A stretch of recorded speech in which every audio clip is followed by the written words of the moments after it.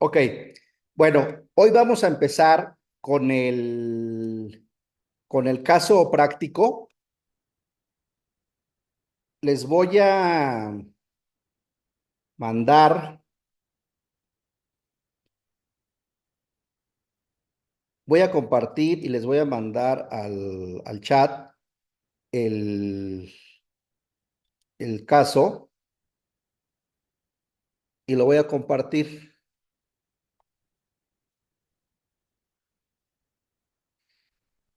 A ver, vamos a ver.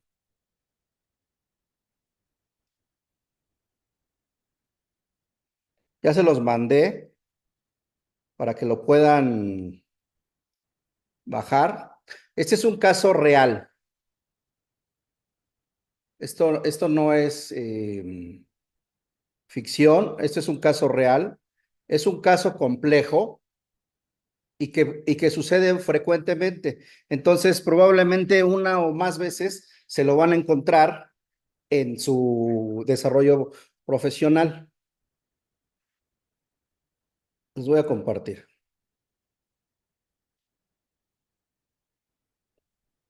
A ver, ¿quién lo lee?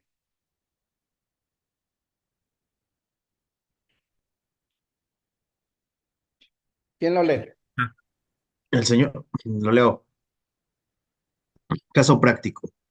El señor Juan Carlos es propietario del departamento 401 de la calle Amazonas, número 1101, Colonia del Valle, Alcaldía Benito Juárez, código postal 11,000, Ciudad de México, pues lo adquirió mediante una compraventa el 10 de mayo del 2020 por la cantidad de 20 millones de pesos.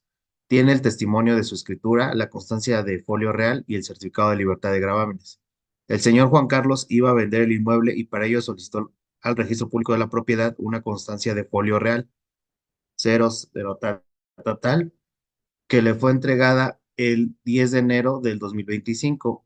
Al revisar dicha constancia, se dio cuenta de que según esta, ya no era propietario del inmueble, ya no era propietario del inmueble porque el 15 de mayo del 2020, supuestamente el señor Juan Carlos vendió el inmueble al señor Saúl Hernández por la cantidad de 15 millones de pesos mediante una escritura ante el notario del estado de Hidalgo, que fue inscrita en el folio real el 10 de diciembre del 2024. El 15 de julio del 2020, supuestamente, el señor Saúl Hernández vendió el inmueble al señor Pedro Reyes por la cantidad de 4 millones de pesos, mediante una escritura ante un notario del Estado de México, que fue inscrita en el folio real el 13 de diciembre del 2024. Al investigar en la notaría del Estado de Hidalgo, se dio cuenta de que en el protocolo del notario no obraba la firma del señor Juan Carlos en la escritura de compra-venta. El 15 de enero del 2025, un grupo de personas ingresó al inmueble y empezaron a poseerlo bajo el argumento de que el señor Pedro Reyes se lo había rentado.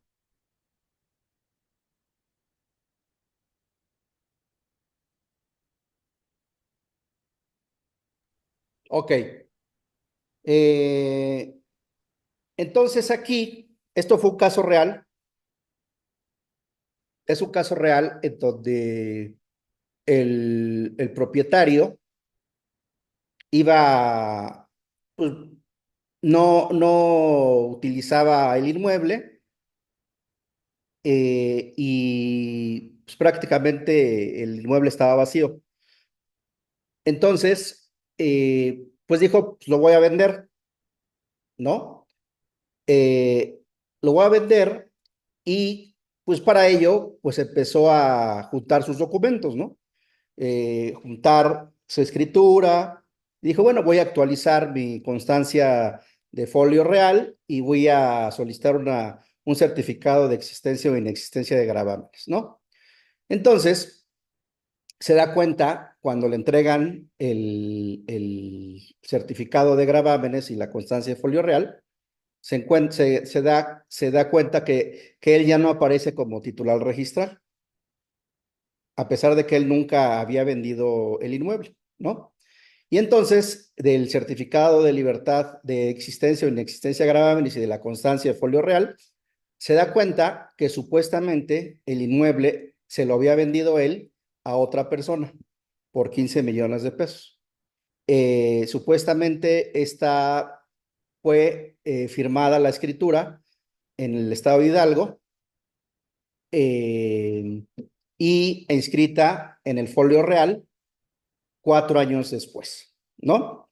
Entonces, eh, en el asunto, y después, supuestamente, esta persona a la que le vendió, lo vendió nuevamente en una notaría del Estado de México por 4 millones y también la escritura fue inscrita en el folio real, también de la Ciudad de México, ¿no? Del Registro Público de la Ciudad de México. Eh, pues con motivo de esto, se alarma y va a la notaría.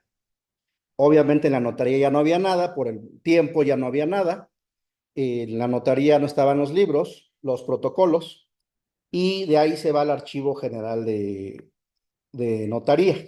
Al investigar en la notaría, el notario dice, bueno, pues puedo pedir el libro al Archivo de Notarías, al Archivo General de Notarías, pide el libro y cuando llega el libro, se dan cuenta que al abrir el libro estaba plasmado el contrato de compraventa, pero el contrato de compraventa no estaba firmado.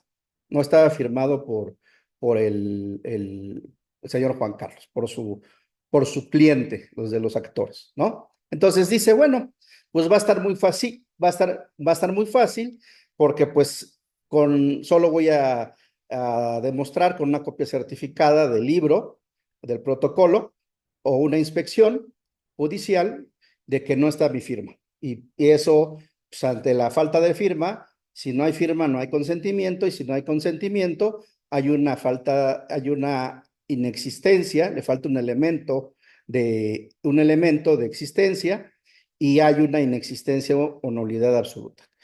De acuerdo al código y de acuerdo a la doctrina son diferentes, pero de acuerdo a la jurisprudencia tienen los mismos efectos. Que no es cierto, pero así está la jurisprudencia, que la inexistencia y la nulidad absoluta tienen los mismos efectos. No es cierto, si ustedes revisan el código, no es cierto, pero así está la jurisprudencia. Bueno, entonces, y está facilito. Sin embargo, pues no está tan fácil el asunto porque dice, bueno, entonces si yo no le vendí a Saúl Hernández, y lo puedo demostrar, porque tampoco me pagó el precio, pues entonces el señor Saúl vendió una cosa que no era suya, ¿no? Entonces vendió un inmueble que no era suyo y entonces cuando se vende un inmueble o una cosa que no es de la propiedad, pues implica una nulidad también, una falta de objeto, una inexistencia o una nulidad absoluta, ¿no? Sin embargo, en el Código Civil de la Ciudad de México y en muchos códigos civiles de los estados, se protege al tercero adquirente, al tercero registrar adquirente de buena fe, ¿no? Entonces, pues el señor Pedro Reyes válidamente, eh, pues podría decir, yo le compré al titular registral, para eso está el registro, para dar certeza jurídica, yo le compré al titular registral y le pagué. Y aquí está la constancia de los 4 millones de pesos, ¿no? Entonces, yo soy un tercero adquirente de buena fe. Y luego, pues como el inmueble prácticamente estaba abandonado, un grupo de personas ingresa al inmueble. Cuando llega el señor Juan Carlos, le dice, ¿sabes qué? A mí me lo rentó el señor Pedro Reyes porque él es el propietario, ¿no? Y si tú te metes, o sea, le dijeron al señor Juan Carlos, si tú te metes, vas a cometer un despojo, vas a estar en flagrancia y llamaron a una patrulla y, y presentaron el contrato de arrendamiento, presentaron la escritura y el señor Juan Carlos se tuvo que ir porque si no iba a cometer un despojo, ¿no? Entonces, en el caso real, fueron cuatro transmisiones de propiedad, pero aquí con una es suficiente para ejemplificar. el asunto, ¿no? Entonces, ¿ha quedado claro hasta aquí? ¿Hay alguna duda en relación al caso? No. No, profe, está bien. ¿Quedó claro? Ok. Entonces, la siguiente pregunta que nos hacemos en la carrera y cuando recién salimos es cómo tengo que estudiar, bajo qué metodología tengo que estudiar el caso, primero. Y segundo, bajo qué, cómo tengo que hacer mi demanda. Y lo primero que piensan es en formatos, en machotes, pero normalmente están mal hechos y se refieren a otros casos, a otras cosas, y no le resuelve nada, ¿no? Y los libros de procesal, pues no les enseñan la metodología para estudiar el caso y plantearlo en una demanda, ¿no? Entonces, la pregunta es, ¿qué es lo que yo tengo que hacer? ¿No? Lo primero que tenemos que hacer, ya tienen todos el caso, lo mandé al chat, lo Sí, mandé al profe. chat de aquí. Ok. A ver, véanlo si está. Sí está. Bueno, bájenlo, por favor.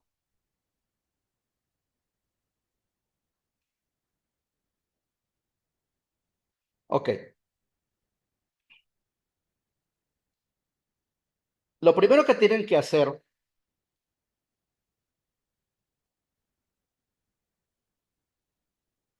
es lo siguiente. Como les dije, vamos a empezar desde un hoja en blanco. Vamos a hacer un protocolo de demanda. Normalmente nadie hace eso. Y entonces están escribiendo la demanda como la piensan y muchas veces se pierden las demandas, los juicios, por estar mal planteada la demanda desde el principio. Ya con cierta experiencia uno puede revisar y puede valorar si está bien, si está mal la demanda y la posibilidad de éxito o fracaso en el juicio. Aunque no es seguro porque influyen muchas cosas, ¿no? Pero eh, miren, lo primero que tienen que hacer, tienen que dividirlo en dos. Todo juicio, toda controversia, civil, penal, administrativa, laboral, fiscal, ambiental, todas, se deben dividir en dos. Cuando se estudia, se deben dividir en dos. En una relación jurídica sustancial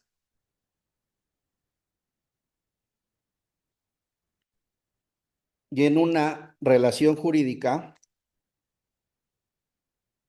procesal.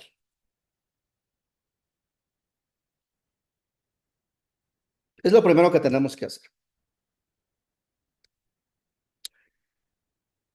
La relación jurídica sustancial, para analizar nuestro asunto, lo tenemos que dividir en inicio, desarrollo, modificación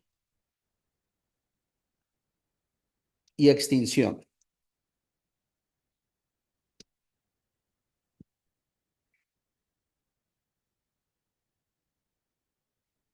En relación a o respecto a la relación jurídica procesal, tenemos que dividirla en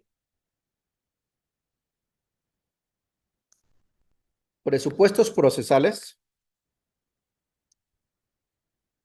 y elementos constitutivos de la acción. Y ahorita vamos a ver en dónde están. Todo esto está en el código. Los presupuestos procesales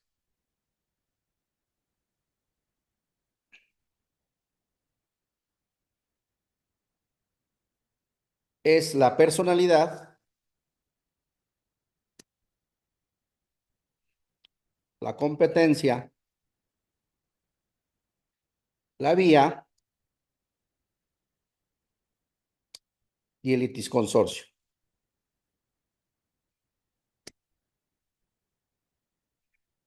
Los elementos constitutivos de la acción cambian dependiendo de la acción.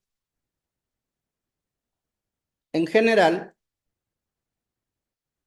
hay diferentes clasificaciones de acciones. Hay acciones personales, hay acciones reales y hay acciones del Estado civil. Y dentro de estas personales hay acciones que pueden ser declarativas, constitutivas o de condena.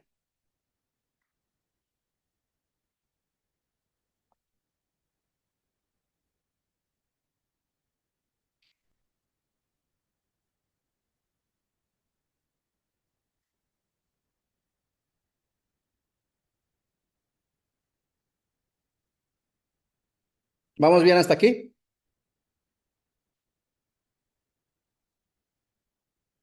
Sí. Sí, profesor. Ok, Sí. vamos. Miren. El inicio se puede dar por dos causas. El inicio de toda relación jurídica procesal únicamente se puede dar por dos causas. ¿Cuáles son las causas? Un acto jurídico o un hecho jurídico. Hay teorías que hablan de acto jurídico, hecho jurídico y negocio jurídico, pero bueno, no vamos a entrar en ese debate. Vamos a hablar de acto jurídico y hecho jurídico y el hecho jurídico que comprenda el negocio jurídico, ¿no? Quien quiera, hay una teoría francesa y hay una teoría alemana. La teoría alemana es la del negocio jurídico, que son tres. La alemana dice acto jurídico, hecho jurídico y negocio jurídico, y la francesa acto y hecho jurídico, ¿no? Pero vean, el asunto que tenemos en la mano inicia con un acto jurídico o con un hecho jurídico. Con un acto. Acto. Con un acto, ¿no? Con un acto jurídico, y van a ver cómo se va a ir haciendo su demanda y después ya nada más la van a pasar. Un acto jurídico. Ese acto jurídico, ¿cuál es? Un contrato. Una compraventa. Contrato de compraventa Una compraventa. ¿De qué fecha? Saquen su... de mayo del 2020. ¿Qué fecha?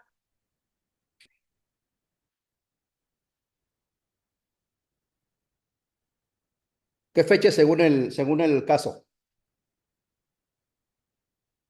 15 de mayo de 2020. 15 de mayo de 2020. 15 de mayo de 2020. Ok. Es un hecho, un acto jurídico. Es 10 de mayo del 2020, profe. 10 de mayo. Ok. 10 de mayo. Ahora,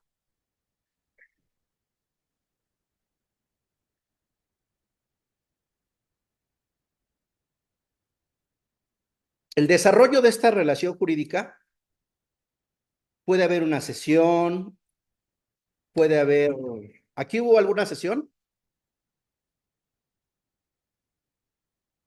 ¿Hubo alguna modificación? ¿O una sesión? ¿O una modificación? No, Según el caso No, práctico.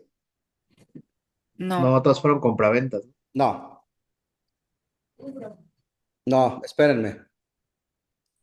¿Hubo alguna extinción?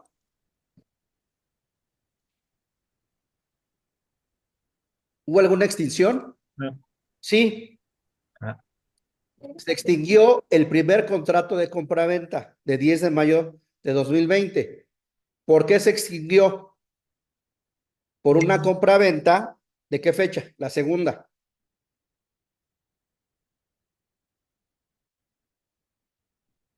del 15 de mayo. Tomen su caso práctico. Luego se volvió a extinguir esa segunda compraventa por una tercera compraventa. ¿De qué fecha? 15 de julio. 15 de julio. Entonces, ustedes tienen que narrar el inicio del desarrollo, modificación o extinción de cada una de las relaciones jurídicas que estén vinculadas con su asunto. Entonces, en los hechos van a tener que narrar lo relativo a la compraventa de 10 de mayo, lo relativo a la compraventa del 15 de mayo y lo relativo a la compraventa del 15 de junio, ¿no?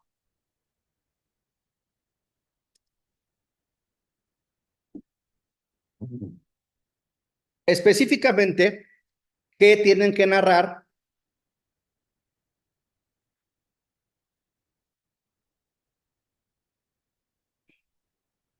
Los elementos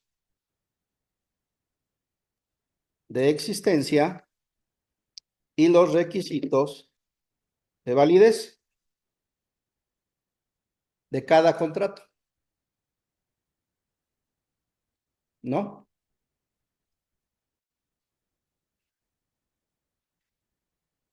¿Cuáles son los elementos de existencia de los actos jurídicos en el caso de la compraventa? ¿Cuáles son los elementos de existencia? Son dos. ¿Cuáles son? objeto El y consentimiento. consentimiento y Ajá. el objeto que puede ser materia del contrato. Objeto y consentimiento. Ujú.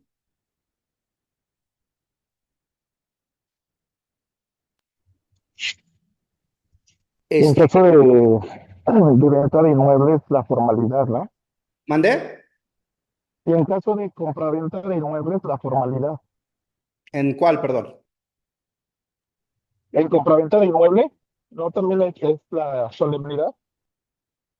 No, en los testamentos es la solemnidad, porque una compraventa que rebase cierto valor debe ser celebrada en escritura pública, pero si es celebrada en documento privado, es una nulidad relativa, no es absoluta.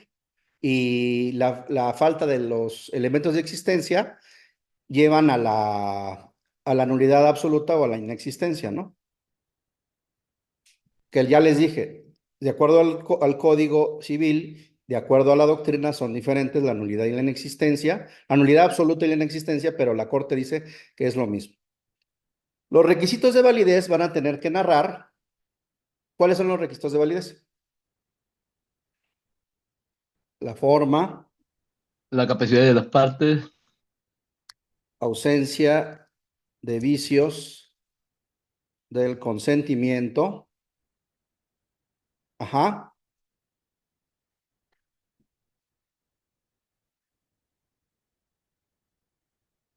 Vamos para hacerlo más de dónde lo estoy sacando, vamos a ver el Código Civil.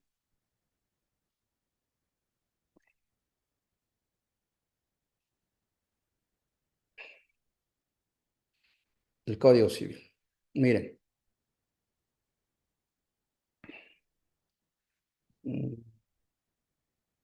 A ver.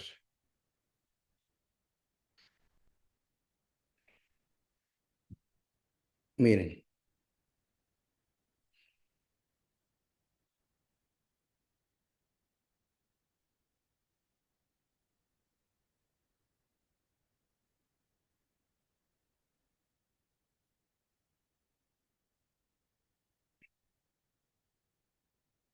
El artículo 1794 del Código Civil, aplicable a la Ciudad de México, dice que para la existencia del contrato se requiere consentimiento y objeto que pueda ser materia del contrato.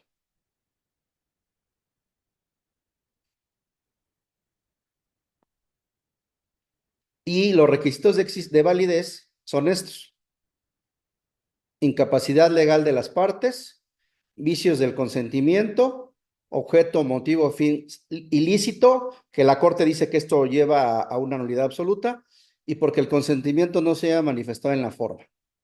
Establece la ley.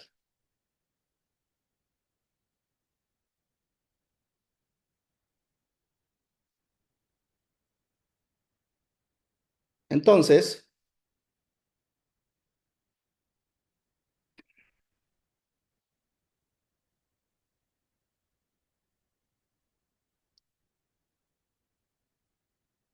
incapacidad, incapacidad legal,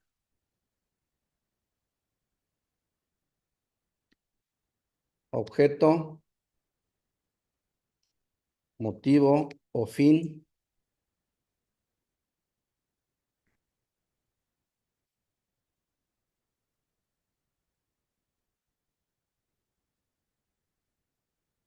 ilícito. Ok, hay una tesis de la Suprema Corte que señala que eso no genera, la ausencia de los requisitos de validez, la ausencia, genera una nulidad relativa. Esa es alguna de las diferencias, que la falta de elementos de existencia genera una nulidad absoluta o una inexistencia, y la falta de requisitos de validez una nulidad relativa, ¿no? Entonces, esto es lo que van a narrar.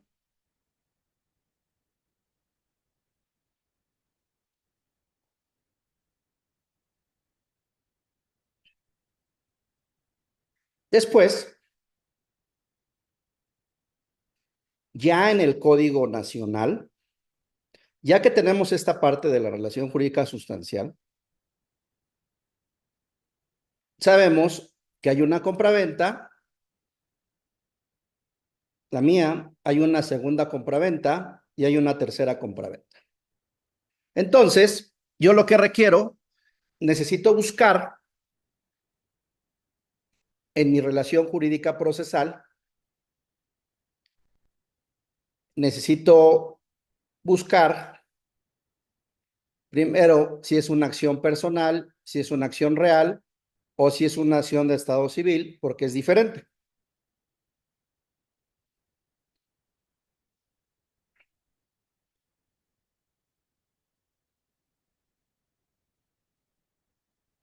Miren,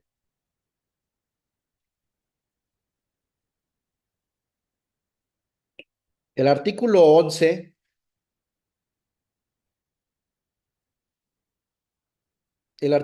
¿sí se ve? Sí, profesor. ¿Quién la lee? Yo. Artículo 11. Por razón de su objeto, las acciones se clasifican en reales, dos personales y tres del estado civil de las personas. Ok. Entonces, tenemos que determinar si la acción que vamos a intentar es una acción personal, es una acción real o es una acción del estado civil. ¿Por qué? Porque de ello depende la competencia. La competencia va a ser distinta si la acción que estamos ejercitando es real. La competencia va a ser distinta si la acción que ejercemos, perdón, es personal, y la competencia va a ser distinta si la acción que ejercemos es del estado civil. Entonces, tenemos que buscar qué tipo de acción vamos a ejercer. A ver, artículo 12. ¿Quién lo lee? Artículo 12. Son acciones reales las que tienen por objeto la reclamación de un bien que pertenece a título de dominio. 2. La reclamación de gravámenes de servidumbre o la declaración que, que un fundo está libre de ellas, o la Ujú. declaración que un fondo está libre de ellas. 3. La reclamación de los derechos de usufructo y uso y habitación.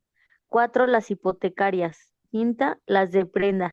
Sexta, las de herencia. Séptima, las de posesión. Y octava, las demás acciones que tienden a ejercitar un derecho contra una persona a título de propietario o poseedora y no de obligada. Esas son las acciones reales. ¿Qué pasó, José Morales?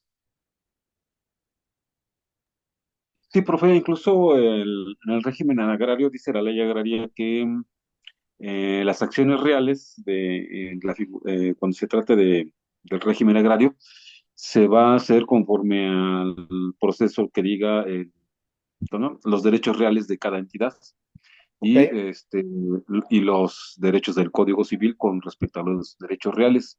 Y la prescripción positiva incluso se refiere también a los mismos derechos reales. Gracias. ok. Ahora, vamos a ver si es una acción real, si es una acción personal o si es una acción del Estado civil, porque ello depende de la competencia. ¿Quién lee el artículo 13 del Código Nacional de Procedimientos Civiles y Familiares? ¿Quién lo lee? Yo. Artículo 13. Las acciones personales se deducirán para exigir el cumplimiento de una obligación personal, ya sea de dar, de hacer o no hacer determinado acto. Estas no pueden ejercitarse sino contra la persona obligada, contra quien contra quien la haya garantizado y contra quienes legalmente le sucedan en la obligación. Ok. Eh, Artículo 14, las acciones del Estado civil. ¿Quién lo lee? Artículo 14. Las acciones del Estado civil tienen por objeto las cuestiones relativas al nacimiento, reconocimiento, defunción, matrimonio, concubinato y sucesación, pacto civil de solidaridad, sociedad de convivencia o sus equivalentes. Ajá. Entonces,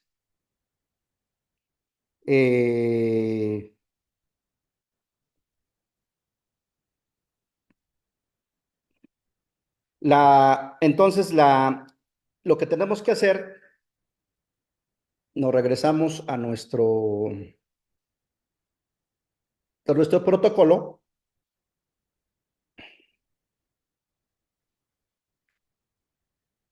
y lo que tenemos que hacer es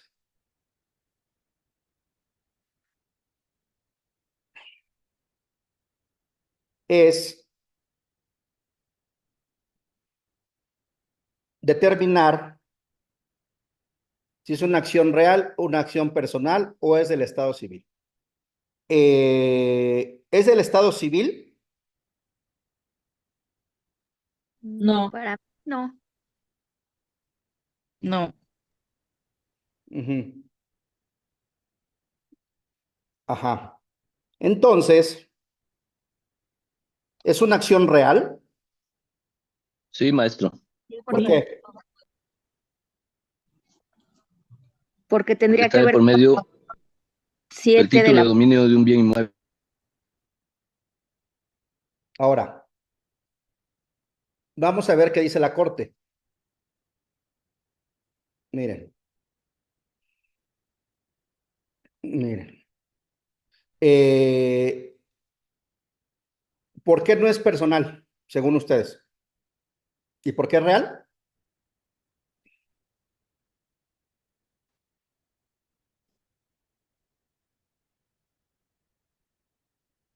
A ver, según los artículos que leímos del Código Nacional. Es una acción real porque tiene que ver con el dominio de la propiedad de un inmueble. Ujú.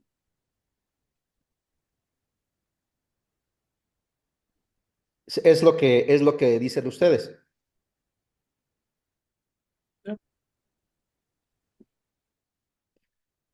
Miren, hay una confusión porque vean lo que dice el Pleno de También la, podría ser, vean lo que dice el Pleno de la Suprema Corte.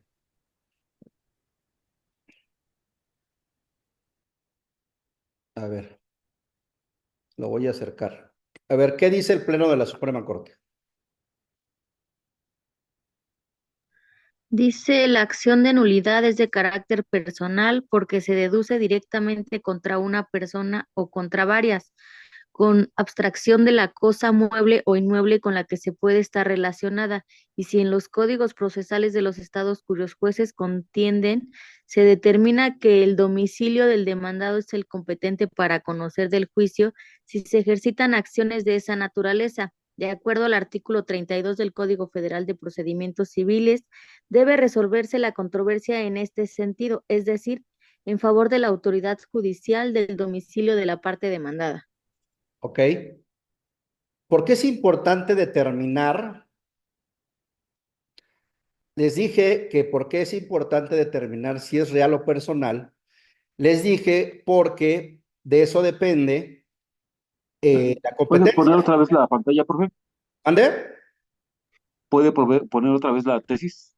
Sí, voy. A ver.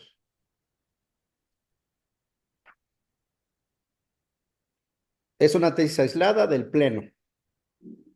Gracias.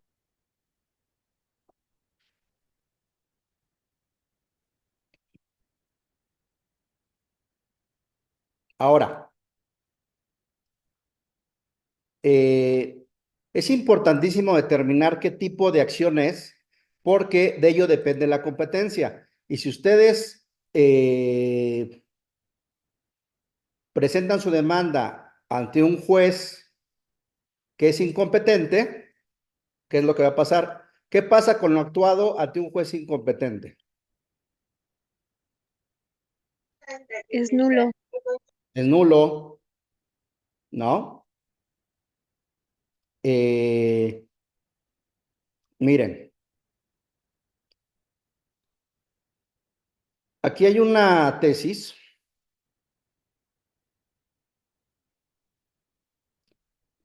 Miren.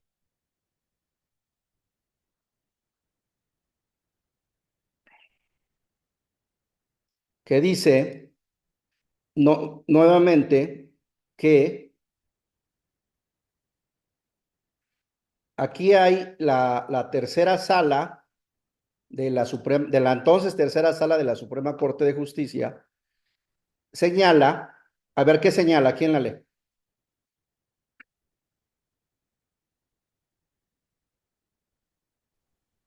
Cuando los códigos de procedimientos civiles de las entidades federativas de los jueces compiten, contienen la misma disposición respecto al punto jurisdiccional controvertido. Con regla, a ellas deberán resolverse el conflicto competencial en acatamiento Es al ordenado. hasta acá abajo, esta parte nada más. Ok.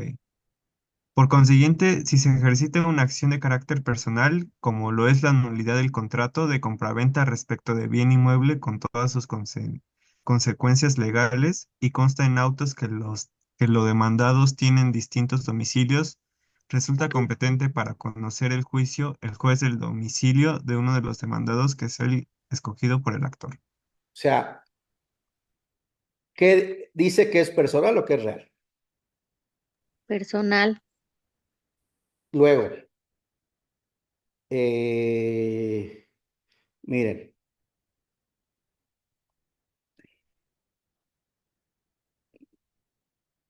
les voy a poner otra.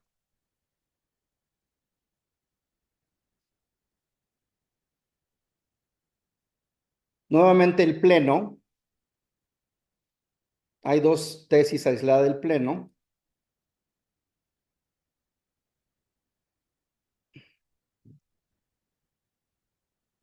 Que dice que también es personal. A ver, este es del Pleno. Nulidad, carácter de las acciones reales y personales.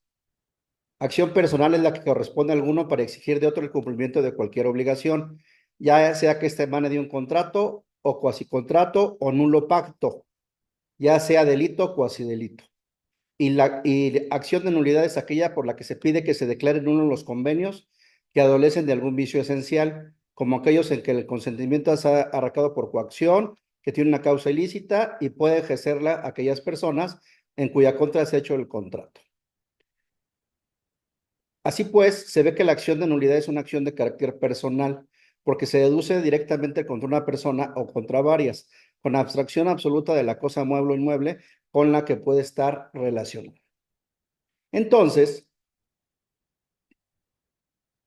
ahora, no es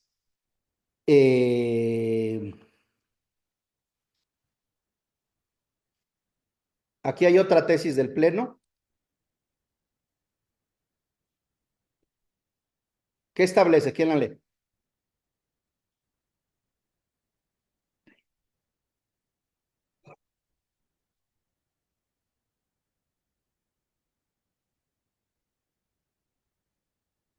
¿Qué señala?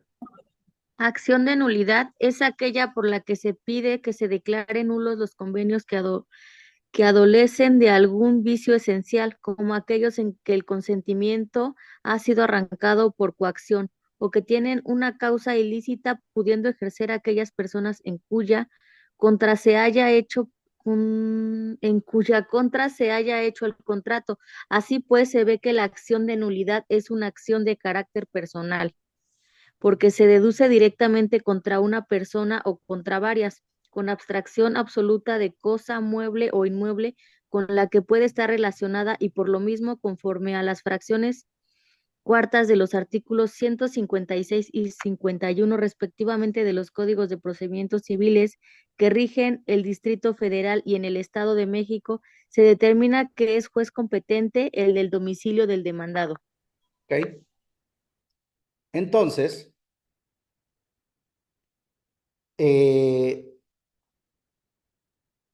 ¿qué? Entonces, ¿es real o es personal? Pues ya con esas tesis sí tendría personal.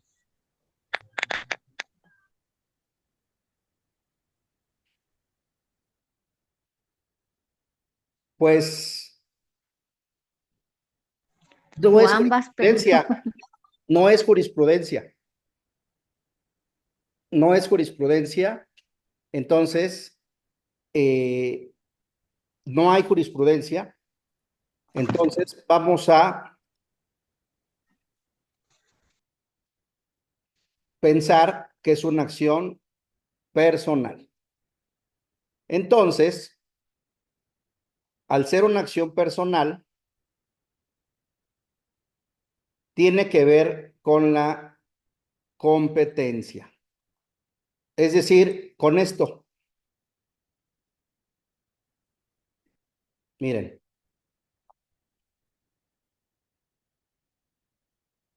vamos a ver el artículo.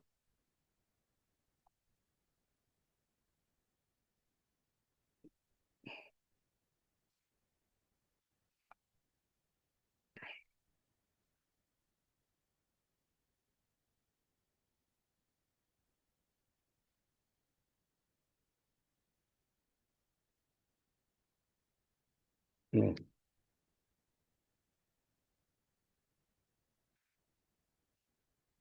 A ver.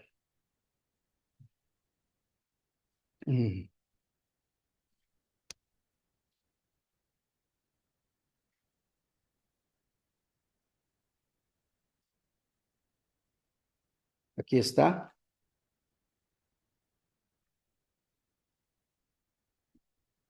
Vean, les voy a compartir la pantalla.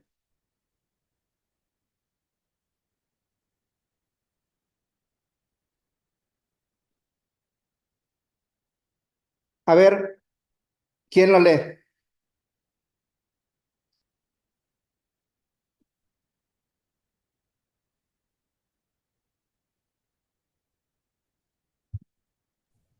Yo. De la fijación de la competencia, artículo 89. Este es del Código Nacional de Procedimientos Civiles y Familiares. Ujú. Artículo 89. ¿Es autoridad jurisdiccional competente? 1. La del lugar que la persona deudora haya designado para ser requerida jurídicamente, judicialmente de pago. 2.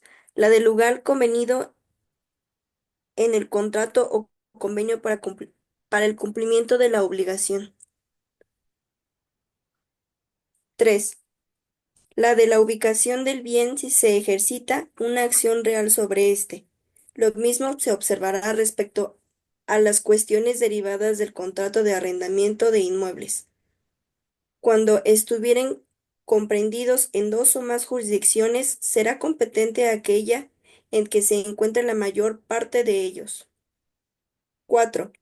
La del domicilio de la parte demandada si se trata del ejercicio de una acción sobre bienes muebles, de acciones personales, colectivas o de estado civil.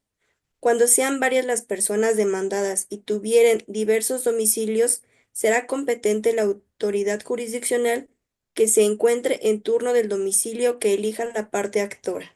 Ok, bueno, esos son juicios accesorios. Estos son en caso de concursos, en casos de jurisdicción voluntaria, caso de asuntos en materia familiar, estado civil, controversias del estado civil de las personas, juicios de divorcio, juicios de nulidad o inexistencia del matrimonio, rectificación de actas, abandono de hogar, alimentos, violencia familiar, impugnación, contradicción, reconocimiento, desconocimiento. Si una persona pertenece a pueblos o comunidades indígenas o afroamericanas, entonces, ¿ya vieron cómo cambia? Si ustedes consideran que es una acción real, ¿cuál es el juez competente?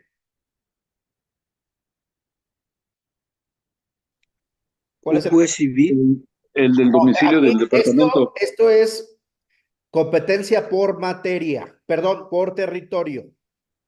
Hay otras competencias, ahorita lo vamos a ver. Este es por territorio. Entonces, si ustedes consideran que es una acción real, ¿cuál es el juez competente? Donde se La encuentra el inmueble. ubicación del bien inmueble. La ubicación del bien. El El bien departamento. se ubica en la Ciudad de México. Entonces, ¿dónde tendrían que presentar su demanda? En la Ciudad de En la México. Ciudad de México. En la Ciudad de México. Si ustedes consideran que se trata de una acción personal, ¿en dónde tendrían que presentar su demanda? Donde elija la actora. Donde se Manda- firmó el contrato. No, aquí está la fracción cuarta. En el el domicilio domicilio de la El de demanda. domicilio de la demandada. Si se trata de acciones personales. ¿Ya vieron cómo cambia? Entonces, suponiendo que fuera una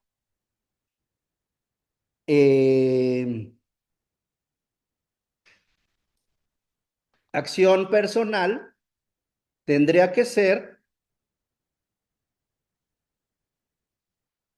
el del domicilio de la parte demandada, pero si la parte demandada tiene varios domicilios, ¿qué pasa? A ver, fracción cuarta, ¿qué pasa? A ver, ahí lean esa parte. Dice ahí que la que elige a la parte actora, ¿no? Claro. Aquí son varias demandadas. ¿Van a ser varias demandadas? Sí. Por lo menos dos, sí. Claro, van a ser por lo menos dos. Y vamos a suponer que tienen diversos domicilios. Entonces, va a ser la de el domicilio que se encuentra en turno, el órgano jurisdiccional, que elija la parte actora. Vamos a suponer que una parte demandada, una de las partes demandadas vive en la Ciudad de México y otra en Chiapas, en donde presentamos la demanda, En la Ciudad de México. en donde queramos, ¿no? Así es donde elija. En términos de qué artículo? El 89, fracción cuarta. Entonces, vean cómo se van. Entonces, la competencia por materia, perdón, por territorio, será CDMX.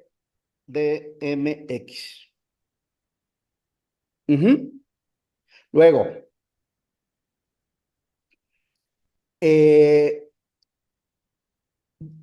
tenemos que determinar si esta acción es declarativa, constitutiva o de condena.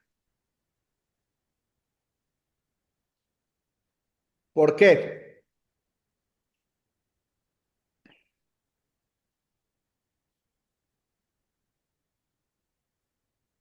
¿Por qué? ¿Por qué creen?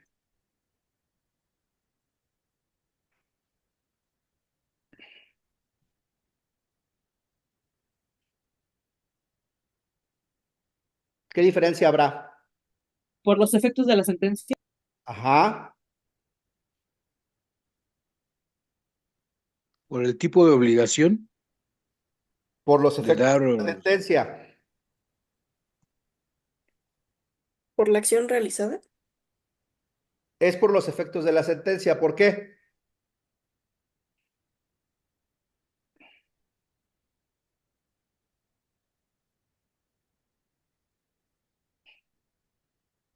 ¿Por qué?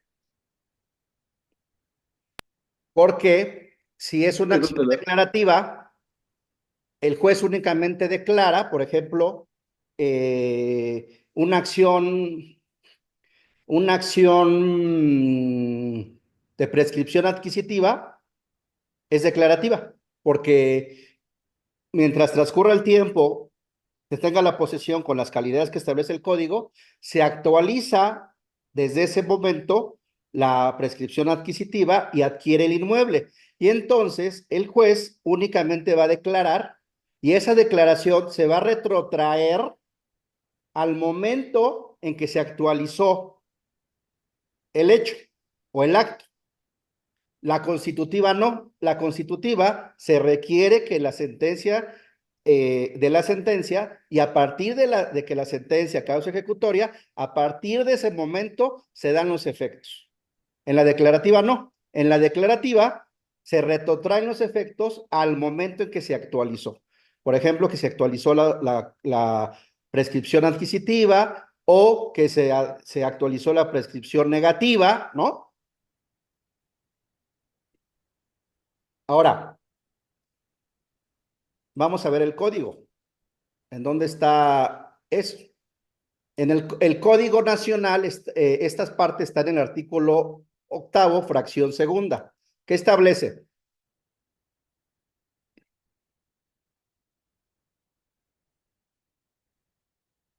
¿Quién lo lee?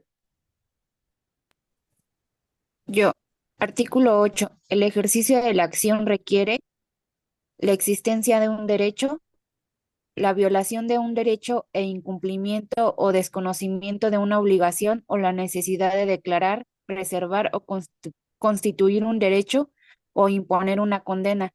Aquí Y está. la Ahí. Declarativa, constitutiva y de condena. Estas tres son las que establece el Código de Procedimientos Civiles aplicable en la Ciudad de México. El Código Nacional establece una cuarta, preservativa. Más adelante vamos a ver qué es eso.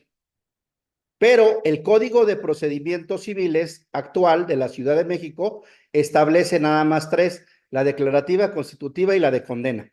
Y esta establece una más, la preservativa. Miren, vamos a ver el Código de Procedimientos Civiles para que vean las diferencias.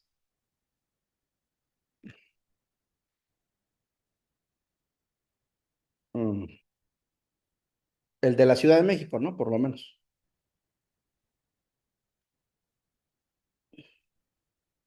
Miren. A ver. Este es el artículo, les voy a compartir el Código de Procedimientos Civiles aplicable a la Ciudad de México. El artículo primero, ¿qué establece? ¿Quién me ayuda? Artículo primero. Solo puede iniciar un procedimiento judicial o intervenir en él quien tenga interés en que la autoridad judicial declare o constituya un derecho o imponga una condena y quien tenga el interés contrario. ¿Ya vieron? Podrán promover los Hasta ahí, hasta interesables. ahí. Declarativa, constitutiva o de condena.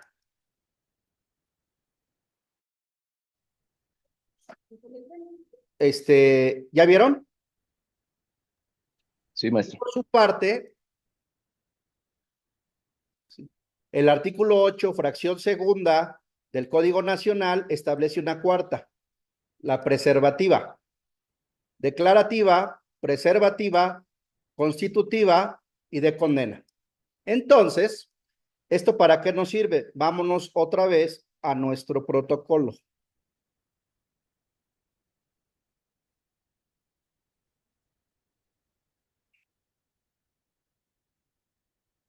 Entonces,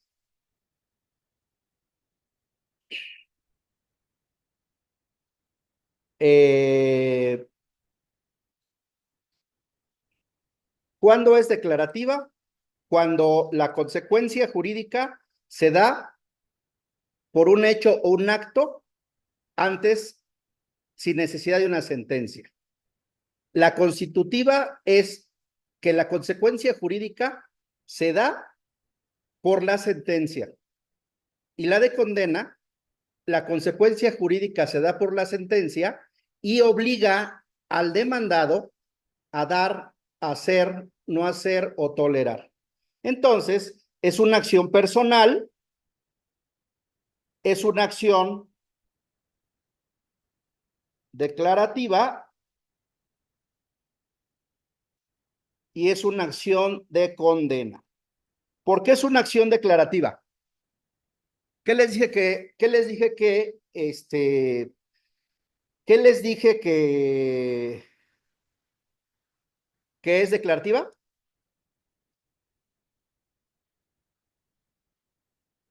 La consecuencia jurídica en las El juez declarativas. va a declarar la nulidad de la compraventa. Por eso, a ver, es Se declarativa. da la consecuencia, A ver, venga, que la consecuencia jurídica se da sin necesidad de una sentencia. ¿mande? La consecuencia jurídica se da sin necesidad de una sentencia. Sin necesidad, se da por el hecho o el acto jurídico. La constitutiva, la consecuencia jurídica se da por la sentencia. Y la condena, la consecuencia jurídica se da por la sentencia y obliga al demandado a dar, hacer, no hacer o tolerar. Entonces, esta es declarativa. ¿Por qué? Ya se los Porque dije. tiene, ¿Por que qué? tiene que declarar No, la no. validez Ya del les dije. primer. ¿Cuál es la característica de las acciones declarativas? Porque es sin necesidad de una Que la, sentencia. que la consecuencia jurídica se actualiza sin necesidad de una sentencia. La sentencia nada más reconoce y sus efectos se retrotraen a la fecha en que se actualizó la consecuencia jurídica. En el caso de la constitutiva, la consecuencia jurídica se da con la sentencia. Hasta la sentencia. ¿Ya vieron la diferencia? Sí, A nunca ver, se llevó a cabo la compraventa. a ver. Ahora, vamos a determinar si demandamos la inexistencia. A ver, es el artículo 2224 del Código Civil aplicable a la Ciudad de México. ¿Quién lo lee?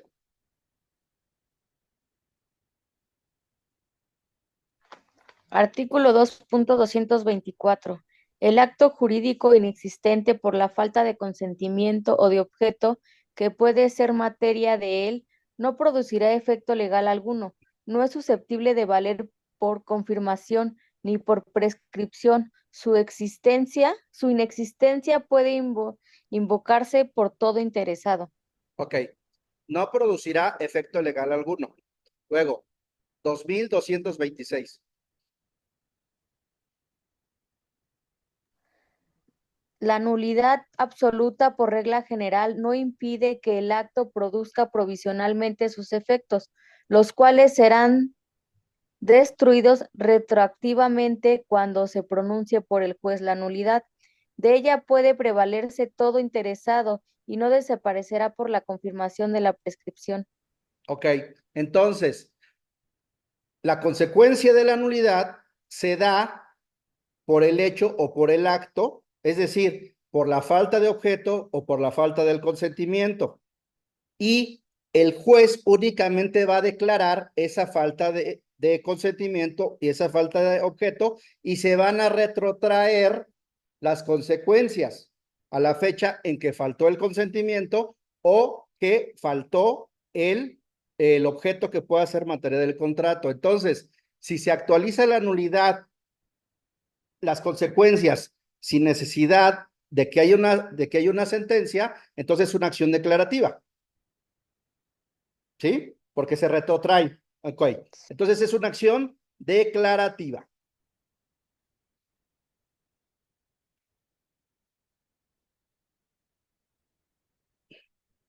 Es una, porque se retrotraen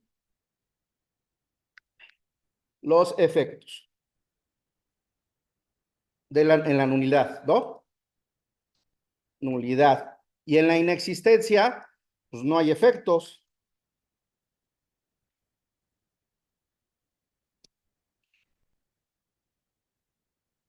¿Es una acción de condena? Sí. ¿Por qué? Porque van a condenar ¿a qué?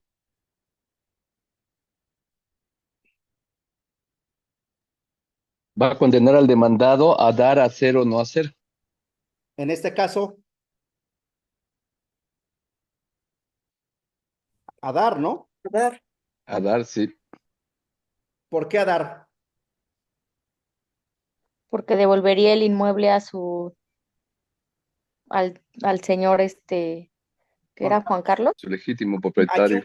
hay unos artículos en el Código Civil que establecen cuáles son las obligaciones de dar, cuáles son las de hacer y cuáles son las de no hacer. Entonces tenemos que ver cuál de esas tres y las de tolerar, cuál de esas tres son.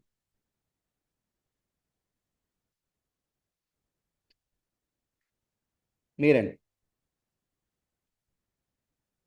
A ver.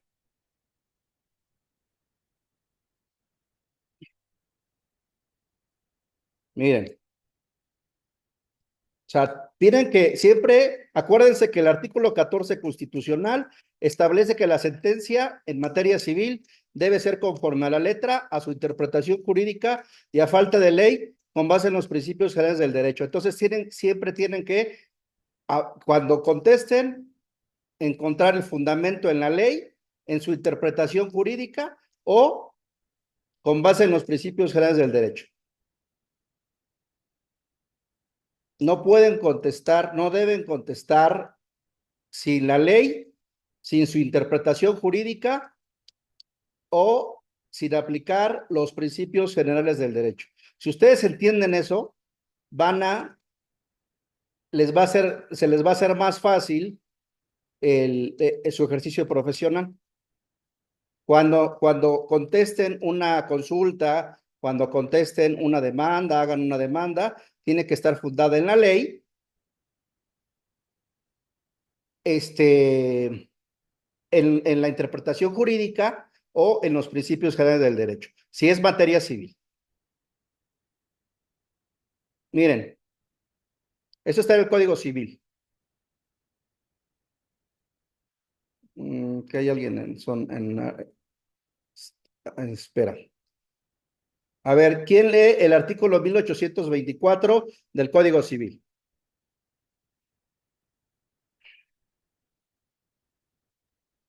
Artículo 1824.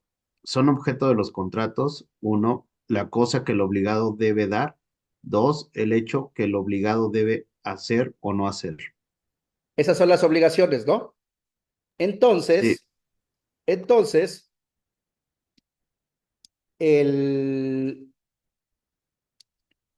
hay un artículo que establece qué se entiende por las obligaciones de dar. Y entonces tenemos que determinar si dentro de eso, ¿por qué? Porque eso nos va a servir para nuestras prestaciones. Miren, el 2011. ¿Qué establece el 2011?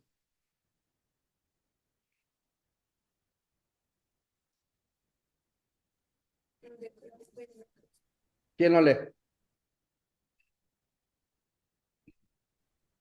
Yo lo leo, maestro. Artículo 2.011.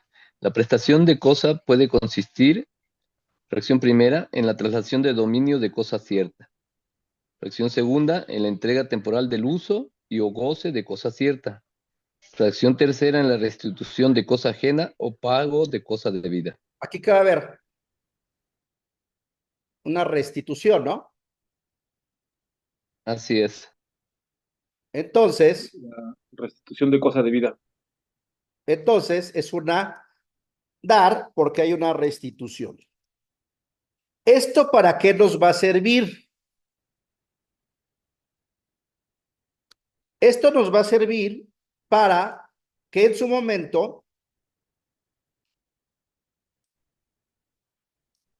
hagamos el capítulo de prestaciones. Prestaciones, le vamos a pedir al juez que declare la nulidad del segundo y tercer contrato de compraventa, que retrotraiga los efectos al tiempo anterior a la segunda y tercera compraventa y que condene al demandado a restituirme la posesión del inmueble. ¿Ya vieron? Esto nos va a servir para formular nuestras prestaciones. Si se fijan, vamos armando la demanda, fíjense con el protocolo. Aquí están los hechos. Aquí está poco a poco así, se va armando. Aquí está la competencia por territorio. Aquí están las prestaciones. Ya nada más, cuando empecemos a hacer la demanda, pues vamos la vamos a poner en orden, como lo establece el Código Nacional, el 235. Pero con este protocolo van a ir organizando y ya después nada más lo van a plasmar. Es más fácil que si empiezan a redactar la demanda sin esta organización. Por eso muchas veces les faltan elementos constitutivos, no respetan los presupuestos procesales, les faltan hechos, etcétera, etcétera.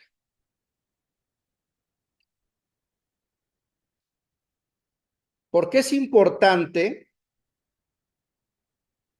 ¿Por qué es importante? ¿Por qué es importante narrar los hechos completos conforme al inicio, desarrollo, modificación o extinción? ¿Qué pasa si no narran los hechos completos? ¿Qué pasa?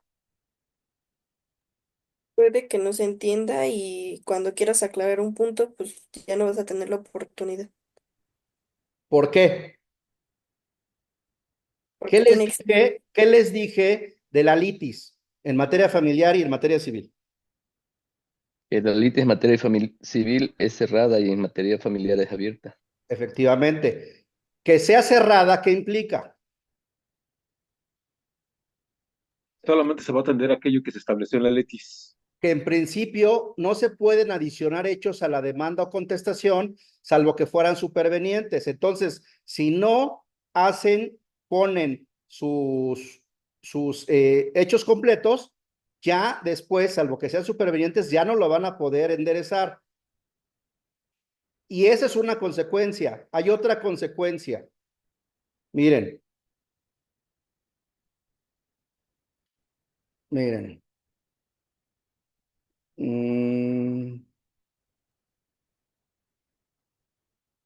Vean esta jurisprudencia.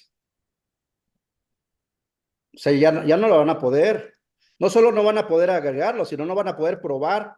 A ver, ¿quién lee esta tesis? el rubro y la tesis. Pruebas. Carecen de eficacia si refieren hechos no mencionados en la demanda o contestación.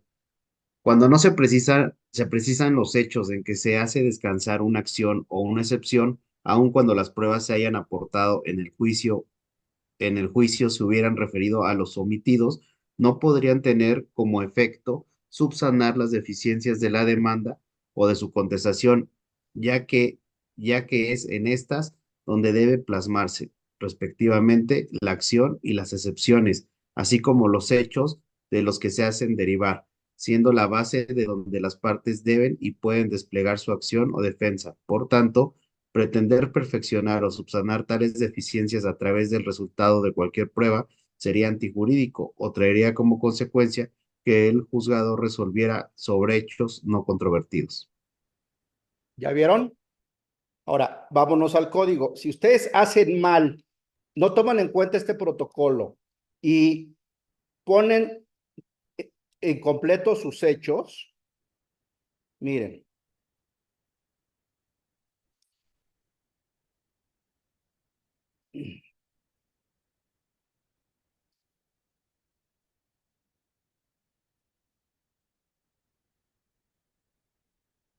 Miren. Por lo menos ahorita ya les dije dos consecuencias.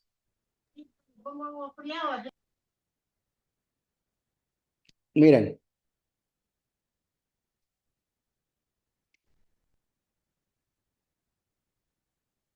A ver, espérame tantito.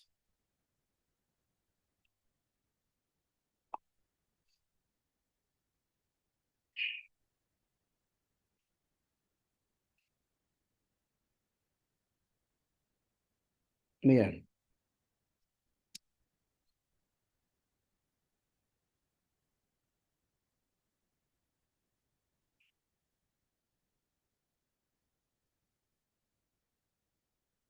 Vean. El artículo 7 son principios rectores del sistema de impartición de justicia en materia civil y familiar.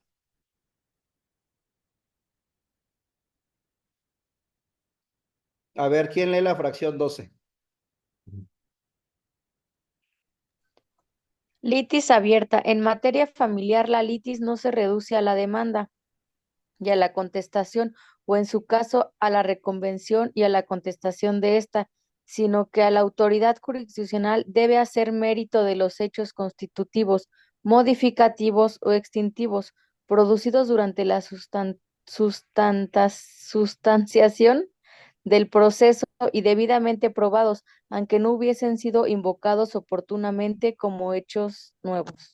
Ya, aunque te falten hechos, aunque no sean supervenientes, el juez los puede tomar en cuenta. ¿Sí? Entonces, eso es en materia familiar, pero en materia civil, pues no. O sea, en materia familiar hay una litis abierta en materia familiar y en materia civil hay una litis cerrada. ¿Sí? Entonces, si no señalan sus hechos, ya después no van a poder señalarlos, salvo que fueran supervenientes. ¿Sí? ¿Queda claro? Perdón, Daniel, ¿qué fracciones? Profesor. ¿Cuál? La 12, ¿no? Del artículo 7. Sí. Ok, gracias. Ok.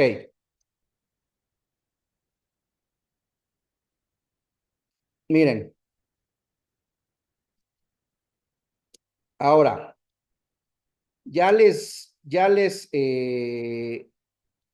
dije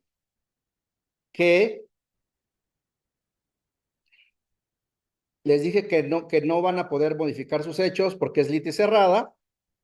Y dos, no van a poder, eh, no van a poder probar, porque las pruebas tienen que estar vinculadas con los hechos controvertidos, ¿no?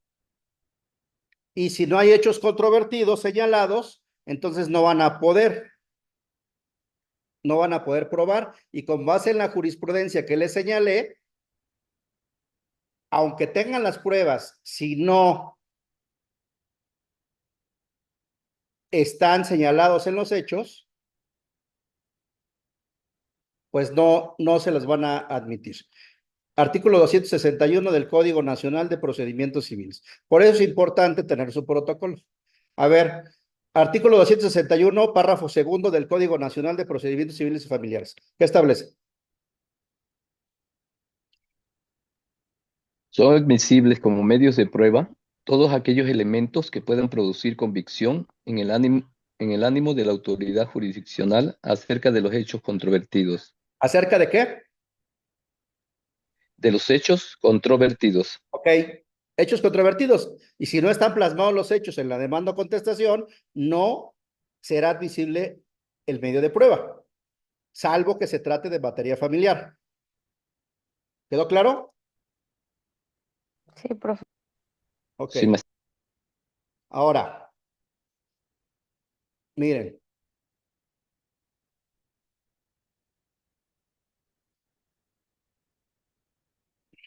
Entonces, ya tenemos la relación jurídica sustancial, ya tenemos el tipo de acción. Vamos a ponerle tipo de acción,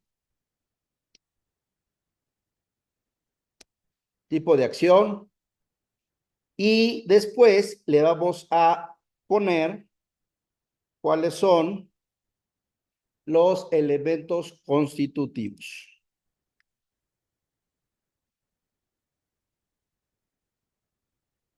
Los elementos constitutivos de la acción tienen que estar narrados en la demanda.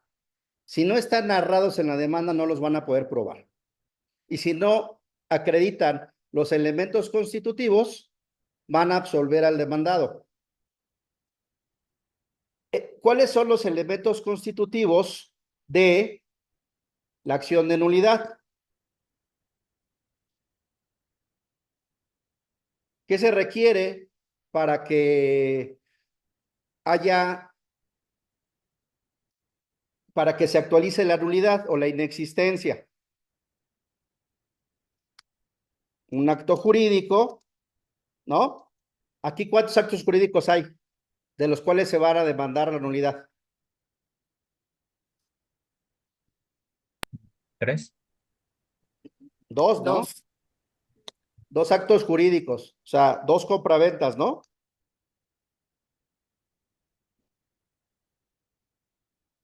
Se requiere la existencia de actos jurídicos, ¿no? Aquí hay dos. Que esos actos jurídicos les falte ¿qué?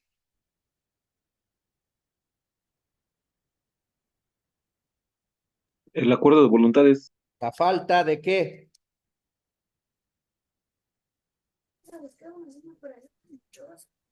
Falta de ¿De validez. consentimiento? De consentimiento o la falta de... ¿Cuáles son los elementos que habíamos hablado? ¿Cuáles son los requisitos de existencia del contrato? De consentimiento y el objeto. Claro. Entonces, vamos a tener que narrar que existió primero un contrato, luego que existieron dos actos jurídicos, dos compraventas, que esas dos compraventas les falta el consentimiento o les falta ¿qué? El objeto.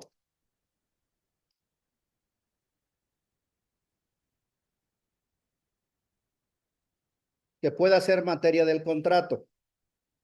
¿De dónde sacamos estos elementos? Pues del Código Civil, que establece cuáles son las causas por las cuales hay inexistencia o hay nulidad absoluta. Hay un contrato previo, un acto jurídico previo, que es el que están narrando aquí. Hay dos contratos, dos actos jurídicos posteriores, este y este, y a esos les falta o el consentimiento o el objeto. Al primero, ¿qué le falta? ¿El objeto o el consentimiento? Al primero. El consentimiento. El consentimiento, porque Juan Carlos ¿no qué? No firmó. No firmó. Así es. Y si no firmó, es inexistente y no hay efectos. O si se entiende como nulidad absoluta, se retrotraen los efectos antes de esa compraventa de 15 de mayo. Y si no hay efectos o se retrotraen los efectos antes del 15 de mayo, entonces la segunda compraventa carece de objeto o de consentimiento. De objeto, ¿no? De objeto, porque el inmueble no era, no puedes vender algo que no es tuyo.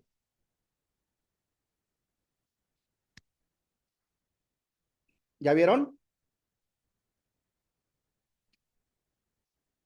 Entonces, en la relación jurídica procesal, tenemos que desarrollar los presupuestos procesales y los elementos constitutivos de la acción. En los elementos constitutivos de la acción tenemos que determinar qué tipo de acción es y cuáles son sus elementos constitutivos. ¿Qué tipo de acción es? Si es personal, real o del Estado civil. Si es declarativa, constitutiva, de condena y de acuerdo al nuevo Código Nacional de Procedimientos, preservativa. ¿No? Y después, ¿por qué? Porque esto nos va a servir para armar nuestras prestaciones. Esto nos va a servir para armar nuestro capítulo de hechos. ¿Sí? Entonces, al narrar la relación jurídica sustancial, nos va a servir para ¿qué capítulo? De la demanda. ¿Qué capítulo? Hechos y prestaciones. Hechos, ¿no?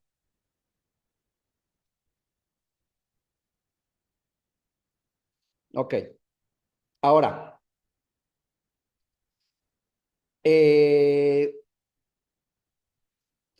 los presupuestos procesales. La personalidad, si no cuidamos el tema de la personalidad, nos van a anular el proceso, nos van a anular el juicio. La personalidad y capacidad.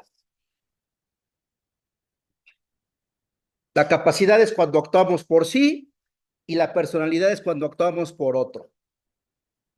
¿No? Entonces, podemos actuar por sí o por otro. Entonces, si actuamos por otro, tiene que cuidar una cosa que se llama cadena de representación.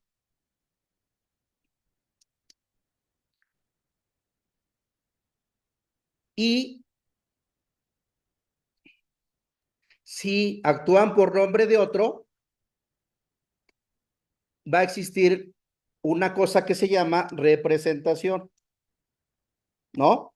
Van a representar a otro. Y hay 3 tipos de representaciones que también tienen que analizar en su demanda. Tienen que poner en su demanda. Si actúan por sí o si actúan por otro. En la representación, hay 3 tipos de representación. ¿Cuáles son? La representación legal, voluntaria Ajá. Y orgánica, ¿no? y orgánica. La representación legal implica que la consecuencia se da por la ley. Por ejemplo, el Papa, en ejercicio de la patria potestad, representa al hijo. Para representar al hijo se requiere un contrato, un poder o un mandato. No. Pues no se requiere. La ley establece que los padres son los representantes legales de los hijos, ¿no? La representación voluntaria se requiere de un acto jurídico entre representante y representado, ya sea por medio de un poder o por medio de un mandato. Y la orgánica es la representación que deriva, que se desprende de las personas morales, los administradores únicos, el presidente del consejo de administración, que está en los estatutos, en la estructura orgánica de una persona moral.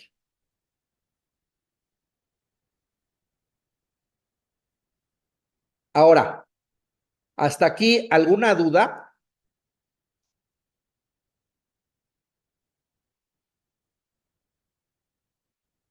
O sea, yo sé que esto no es, o sea, no todos estamos acostumbrados a verlo así, pero si lo ven así, se van a ver cuando empecemos a analizar, a hacer la demanda, qué fácil va a ser. Miren, les voy a poner, fíjense, los requisitos de la demanda, la autoridad ante la que se promueve. ¿A qué se refiere? Ya les dije ayer. Se refiere a la competencia, ¿no? La competencia, sí. Así es. Por lo menos ahorita ya vimos la competencia territorial. ¿La competencia territorial de qué depende? Ya Del habíamos, lugar del bien de inmueble. ya habíamos dicho que la competencia territorial depende del tipo de acción. Si es una acción real, es una cosa. Si es una acción personal, es otra cosa. Si es una acción del Estado civil, es otra cosa, ¿no? Entonces, por lo menos ya tenemos la autoridad jurisdiccional ante el que se promueve en cuanto al territorio. Nos faltan las demás. Luego, nombre, domicilio de la parte actora y de quien promueve a su nombre. El nombre, domicilio de la parte actora está en los hechos, en la relación jurídica sustancial. Y de quien promueve en su nombre, ¿en qué parte está?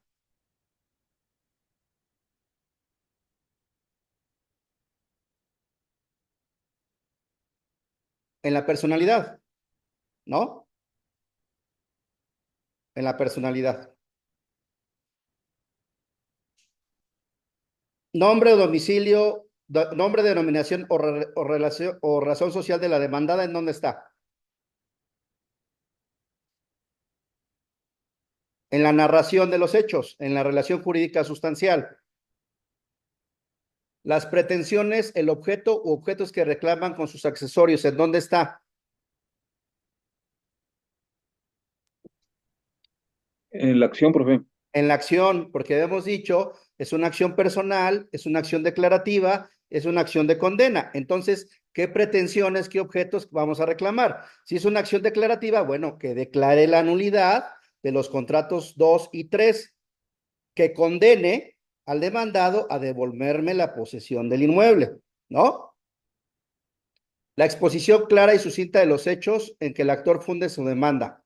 ¿En dónde la vamos a encontrar? En el protocolo.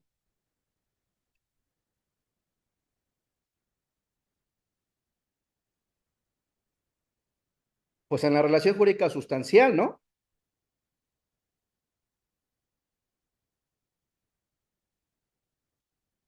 ¿Ya vieron que casi ya es todo? Faltan cosas, otras cositas, pero ya vieron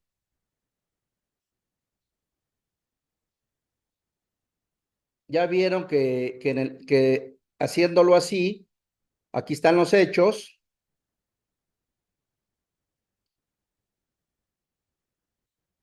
Aquí está el nombre, la persona que actúa por otro o el representante. Aquí está la competencia, el tribunal ante el que se promueve, la competencia por territorio. Aquí están las prestaciones, que se declare la nulidad y se retrotraigan los efectos y se condena la restitución de la devolución del inmueble, ¿no? De la posesión. Y aquí están los hechos. Acá están los hechos.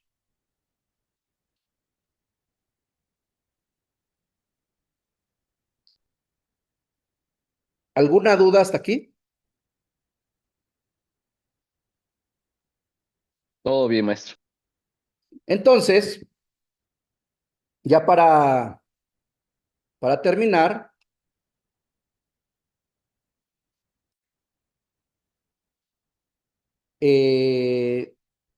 mañana vamos a terminar el protocolo y vamos a iniciar ya con la redacción de la demanda.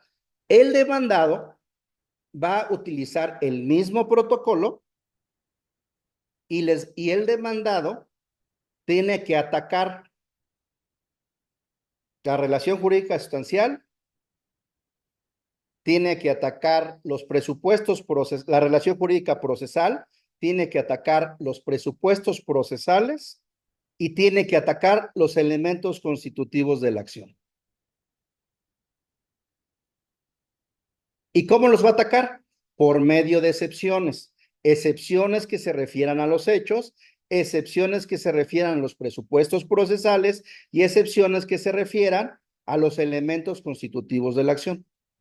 Si ustedes litigan de esa manera, van a ver qué fácil se les va a hacer las demandas y las contestaciones, como lo vamos a ver el día de mañana.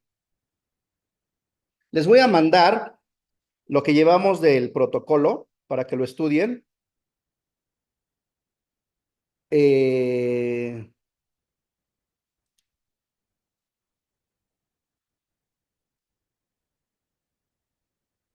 Ya se los mandé.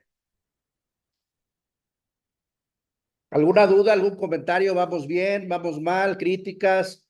¿Aportaciones? ¿Está fácil? ¿Está difícil? ¿Nos vamos más lentos? Vamos bien, profesor, solo es cuestión como de reforzar, ¿no? Lo que estamos viendo y de